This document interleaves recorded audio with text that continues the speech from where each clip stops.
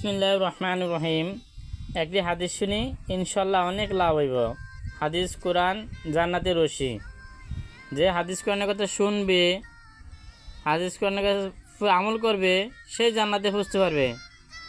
আর যে হাদিস কোরআনের কাছে বসলো না, হাদিস কোরআনের কথা জানলো না, সে তো জান্নাতে পৌঁছতে পারবে না।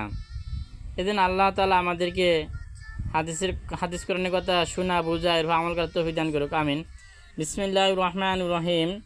হযরত আব্দুল্লাহ ইবনে আব্বাস রাদিয়াল্লাহু তাআলা আনহু বলেন, নবী করিম সাল্লাল্লাহু আলাইহি ওয়াসাল্লাম ইরশাদ করিয়াছেন, যে ব্যক্তির অন্তরে কোরআন নাই, উহা বিরানগড়ের মতনে। বিরানগড়ের সহিত তুলনার মধ্যে একটি বিশেষ রহস্য রয়েছে। বিরানগড় কাকে বলে?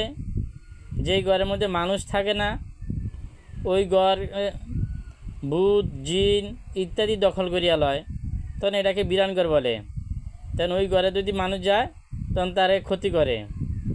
তো এই জন্যে যেই দিলের মধ্যে কোরআন নাই, ওই দিলের কি করে? শয়তানে দখল করে ফেলায়। আর শয়তানে দখল করে ফেলাইলে তখন আর তার কাছে ভালো জিনিস আর ভালো লাগবে না, ভালো কথা আর সে ভালো লাগবে না। সে সবসময় গুনার কাজে লিপ্ত থাকবে। তো গুনার কাজে লিপ্ত থাকলে অবশেষে তাকে এরকমভাবে জাহান্নামে আগুনের দিকে যাইতে হবে। তো এই জন্যে আল্লাহর কোরআন আমাদের অন্তরে অবশ্যই জায়গা দিতে হবে। যদি অন্তরে আল্লাহর কোরআন জায়গা না দেয়, তাহলে শয়তানে এসে এখানে বাস করবে, তাহলে আমাকে জাহান্নামে যাইতে হবে।